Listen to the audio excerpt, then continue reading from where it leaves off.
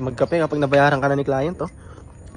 Tapos, maikli lang yung time na tinrabaho mo. So, yan yung binayad sa akin ng restaurant kasi wala silang website. So, gumawa lang ako ng website para sa kanila and binilisan lang natin. Ito, pakita ko sa inyo kung paano. Una mong gagawin is pumunta ka sa Maps, maghanap ka ng mga restaurants or coffee shop na sa tingin mo wala pa silang website para sa kanilang branding. For example, yan, naghahanap tayo dito sa Maps and search natin ng coffee shop nearby. Halimbawa, itong Marahuyo Cafe, ayan. Check natin, i-validate natin kung meron ba silang website, and as per searching, puro mga Instagram and mga social media accounts lang. So, ito, click natin yung share button at i-copy natin yung link, tapos i-paste natin to kay Blackbox AI. Tapos pumunta tayo sa search engine, search natin si Blackbox AI. Then, i-paste mo lang yung link, and then after i-paste, mag-prompt ka lang na igawa ng website itong link na to, and then include lahat ng mga details na nandito sa link na to, including yung mga presyo ng menu, yung mga pictures ng menu, lahat-lahat. And then, click mo lang yung enter, hintayin mo lang na gumawa siya ng website, no? Siya na yung bahala, ayan na, nag-generate na siya ng code, hintayin mo lang, and kapag natapos na siya, eto na yung kinalamasan. Ayun na, makakapag-proposal ka na sa mga kliyente, o kaya sa mga may kailangan ng ganito. Tapos ikaw na lang bahala mag-touch up, diba? In demand pa naman to ngayon, ang galing talaga ng AI, no? Pwede natin masabi na may pera sa AI. Kaya kung susubukan nyo to,